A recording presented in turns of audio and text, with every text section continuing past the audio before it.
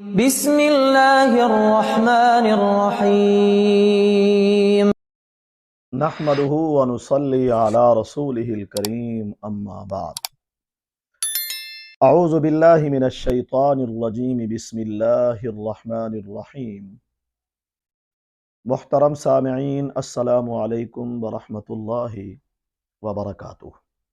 سامعین، آج ہم ایسے خواب کی تعبیر بتانے والے ہیں کہ اگر کسی نے ایسا خواب دیکھا ہے تو وہ سمجھ جائے میں کسی مصیبت میں گرفتار ہوں گا۔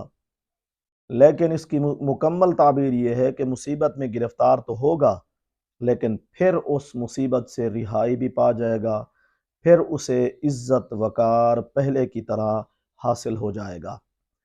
پہلی بات ہم یہ سمجھ لیں کہ جو اچھے خواب ہوتے ہیں یہ اللہ تعالیٰ کی طرف سے خوشخبری ہوتے ہیں، اور نبوت کے 46ویں حصے میں سے ایک حصہ ہوتے ہیں۔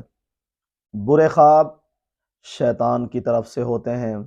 شیطان انسان کو نیند کے اندر پریشان کرنا چاہتا ہے، لہو و لعب میں مبتلا کرنا چاہتا ہے۔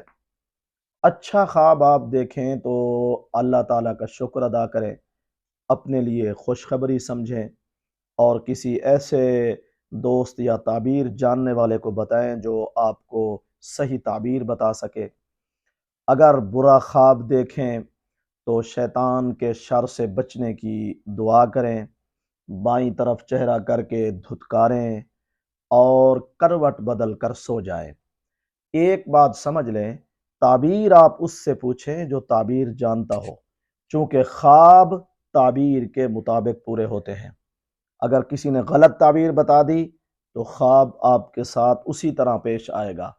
اگر کسی نے صحیح تعبیر بتائی تو وہ خواب کی تعبیر آپ کے حق میں بہتر ہو جائے گی۔ تو ہم عرض کر رہے تھے، اگر کسی نے خواب کے اندر دیکھا ہے کہ وہ اذان دے رہا ہے اور وہ پہاڑ پر چڑھ کر اذان دے رہا ہے، اس کی تعبیر یہ ہے کہ خدا نخواستہ مستقبل قریب میں وہ شخص کسی مصیبت میں گرفتار ہو جائے، لیکن پھر اس مصیبت سے رہائی بھی پا جائے گا، پھر اسے عزت اور مرتبہ بھی حاصل ہو جائے گا۔